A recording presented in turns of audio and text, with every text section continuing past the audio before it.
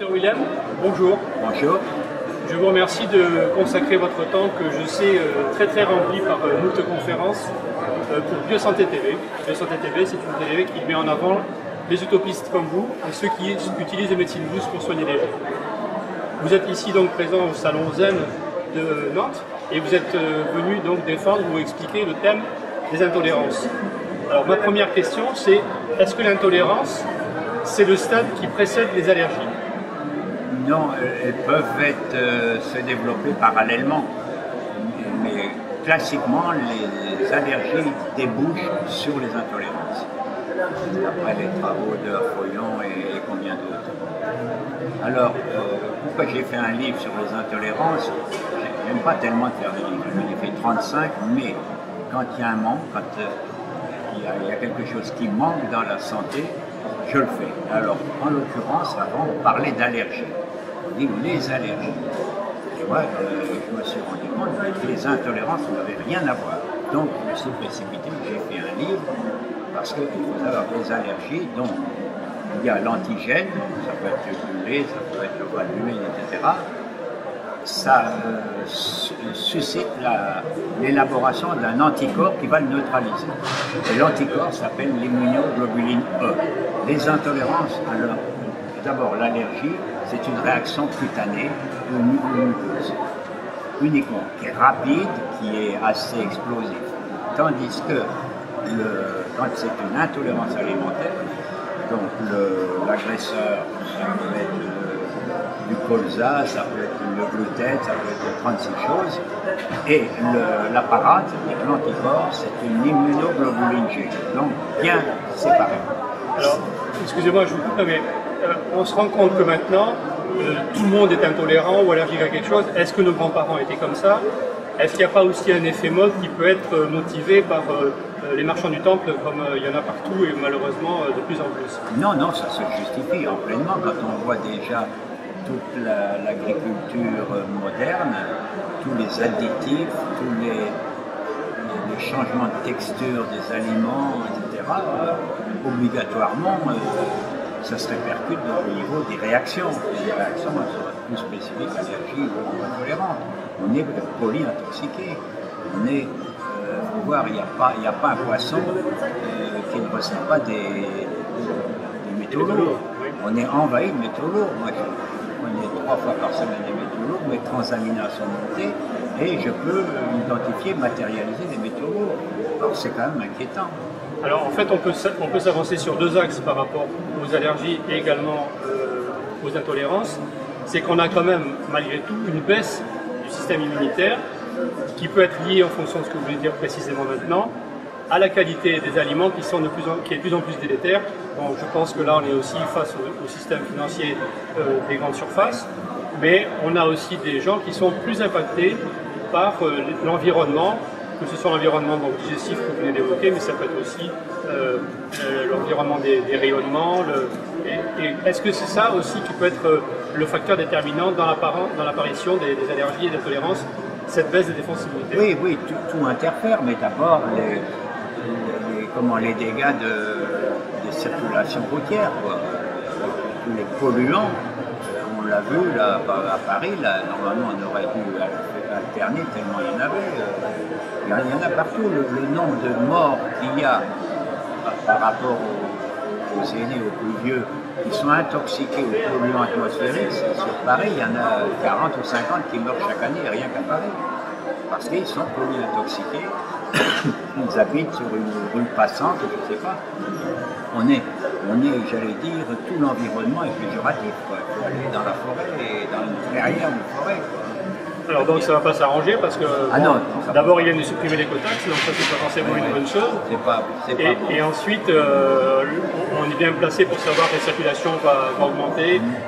Est-ce qu'il y a des solutions qui pourraient permettre aux gens d'augmenter leur défense immunitaire naturellement, soit par l'apport de produits ou par un mode de vie? Est-ce que vous avez des conseils pratiques à donner par rapport à ça? Alors il faut ou bien que la masse réagisse, ça vient du peuple, ou alors les politiques ça bouge pas. Il faut savoir que l'écologie est purement celle qu'on connaît environnementale. C'est bien, mais c'est l'écologie humaine qui nous interpelle. Oui, mais jamais vous verrez donc tous ces ténors donc, en écologie évoquer la santé, etc. Jamais. Et à l'Europe, c'est-à-dire à la communauté européenne, il n'y a pas un député, alors que 40% des gens déjà consomment des produits bio et des médecines alternatives. Il y en a 40, donc on pourrait aller séduire tous ces gens-là, mais même pas, ça ne bouge pas. Est-ce que c'est du tabou? Je ne sais pas. Toujours est-il, je vois quand même de plus en plus les gens prennent leur destin en main. Et on le voit, et puis il y a des réseaux qui se mettent en place, il y a les conférences, etc. On voit que c'est plus garni, les gens se rendent compte qu'il y a des solutions. Il y a d'abord des éléments agressifs qu'il faut supprimer, donc on les identifie de plus en plus, et il y a les parades. Et les gens donc voient la maladie monte. Et déjà l'espérance de vie à la naissance, elle est bloquée depuis 1 an aux États-Unis, depuis 2 ans. C'est-à-dire que les vaccins, etc., ont réduit les mortalités infantiles, depuis maintenant ça bloque. Parce qu'il y a trop de pollution, etc. Donc c'est fini la belle. C'est-à-dire on gagne un trimestre tous les ans, c'est fini. Aux États-Unis, avant nous. Donc ça veut dire qu'on a atteint un niveau d'évolution qui est zéro aujourd'hui. Voilà. Et vous évoquez très justement les vaccins, donc il y a actuellement une campagne qui circule pour mettre en garde donc, la vaccination contre le papillomavirus avec le système du garde d'asile ou du Cevarix. Qu'est-ce que vous en pensez, vous? J'ai eu à traiter 2 qui étaient victimes de garde d'asile. C'est effrayant. C'était une gamine de 16 ans qui était à la mort, paralysée dans semi-coma, etc. C'est épouvantable, épouvantable. Et je me suis dit quand même, il y en avait une vingtaine sur la France, beaucoup plus au Canada, etc. Et que ça n'a interpellé personne, on n'a pas bougé, on a continué. Et nos ténors de la faculté de Paris et autres, c'est pareil, n'ont pas bougé, ils continuent, alors que c'est mortifère. Ce sont s'il y a des gens qui meurent, ça suppose que les autres sont quand même un peu malades, quand même, les jeunes filles. Il y en a toujours. Donc il faudrait, en plus, je crois que j'ai soigné à peu près 50 cas de papillomavirus, pas les séquelles, avec les ovules.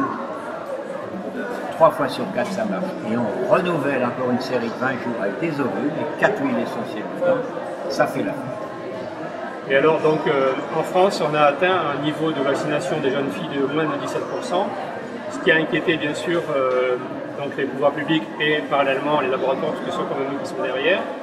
Étant donné qu'il y a certains pays comme les États-Unis ou l'Angleterre, on dépasse les 45%. Donc ils ont décidé de faire vacciner également les hommes et remettre en vaccination les femmes de 50-60 ans qui commencent à avoir maintenant une polysexualité du fait d'un veuvage ou d'un divorce.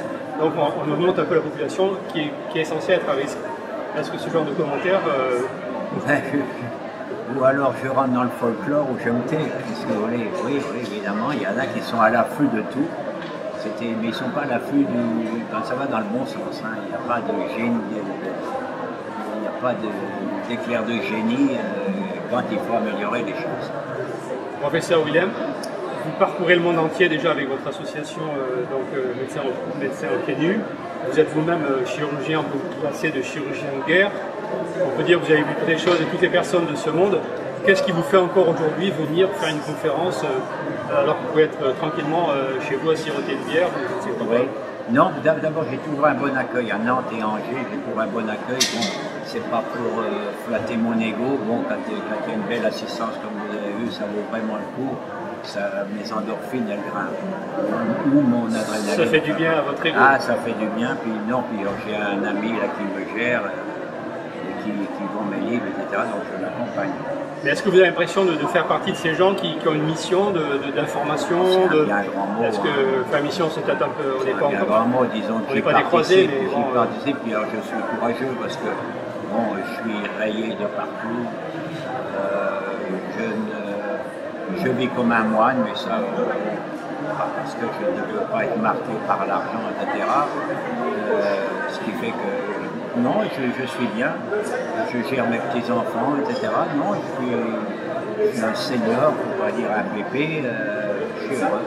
Il ne me faut pas beaucoup pour manger, je suis heureux. En tout cas, on voit que vous êtes serein et que vous êtes bien droit dans vos baskets. Je vous remercie d'avoir répondu à ces questions et je sais qu'on se reverra bientôt. Merci, à bientôt, professeur Willem.